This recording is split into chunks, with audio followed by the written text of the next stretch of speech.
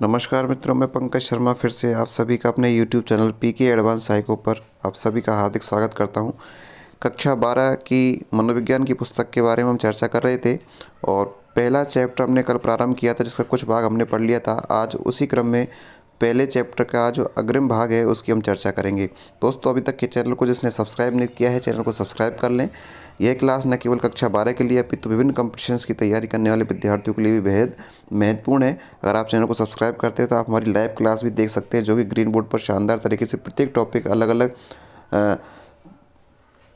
भागों में विस्तृत रूप से आपको पढ़ाया जाएगा लाइव क्लास में। तो इसलिए सबसे पहले आप चैनल को सब्सक्राइब कर ले। चलिए दोस्तों, स्टार्ट करते हैं अपनी क्लास को। हमने फर्स्ट चैप्टर में कुछ भाग पढ़ लिया था और आज हम उससे आगे का भाग पढ़ने वाले हैं दोस्तों। जी हाँ, फर्स्ट चैप्टर में आज हम आगे का भाग पढ़ने वाले हैं बुद्धि के बारे में हम चर्चा करेंगे, जो कि सभी के लिए उपयोगी है। देखिए दोस्तों, स्टार्ट करते हैं अपनी क्लास को। देखिए, बुद्धि क्या है। इसका सबसे पहला इन्होंने एक पहली लाइन में लिखा है, देखो, व्यक्तियों की पारस्परिक भिन्नता जानने में। किसकी भिन्नता जानने में? व्यक्तियों की पारस्परिक भिन्नता, अर्थात एक व्यक्ति दूसरे व्यक्ति से किस तरह से भिन्न है, इसको जानने में बुद्धि क्या है, एक मुख्य भूमिका निभाती है। भाई, हम कि ये व्यक्ति इससे अलग है, इसको हम कैसे जानें, किसके माध्यम से जानते हैं? बुद्धि के माध्यम से जानते हैं। तो सबसे पहली बात तो ये है, किसी व्यक्ति की बुद्धि जानने से यह भी ज्ञात होता है कि वह अपने पर्यावरण के अनुरूप अपने व्यवहार को किस प्रकार अनुकूलित करता है।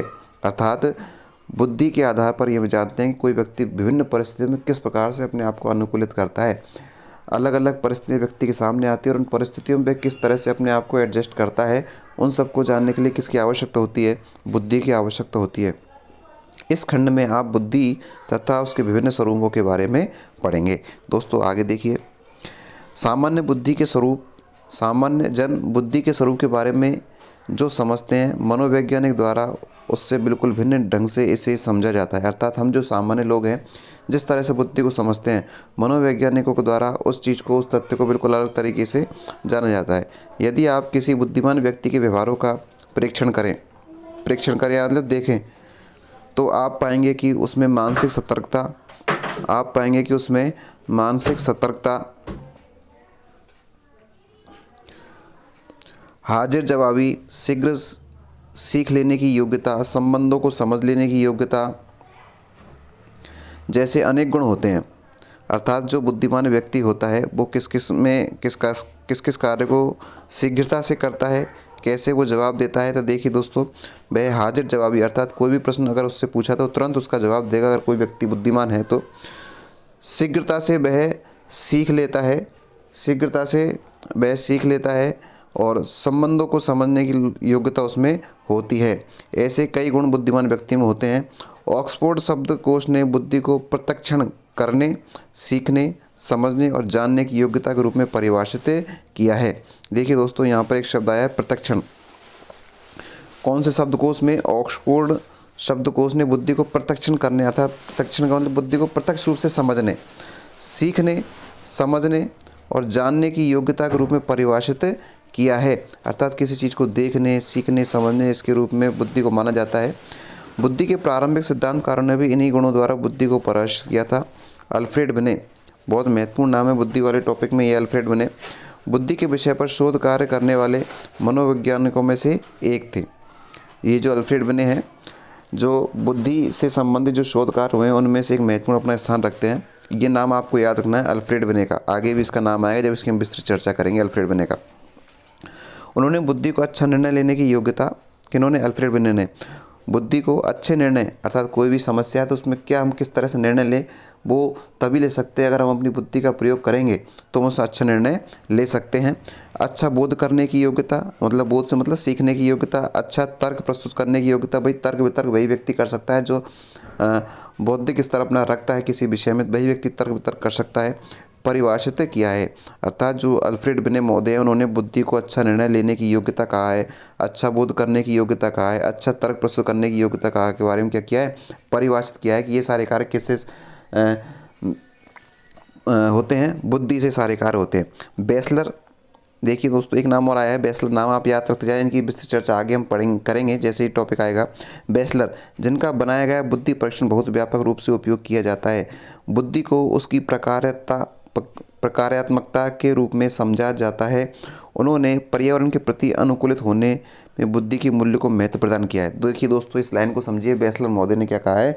बैचलर महोदय ने इस बात पर जोर दिया है कि जो बुद्धि होती है वह हमें विकट परिस्थितियों में या विभिन्न परिस्थितियों में, अलग अलग परिस्थितियों में हमें किस तरह से कार्य करना है, किस तरह से हमें रहना है, उसमें समायोजन करने की क्षमता हमें बुद्धि प्रदान करती है। ये बात किसने कही है दोस्तों? बैचलर महोदय ने कही है। तो पूछा जा सकता है बैचलर महोदय ने बुद्धि के संबंध में क्या मत दिया है, तो ये चीज़ें आपको ध्यान रखनी है।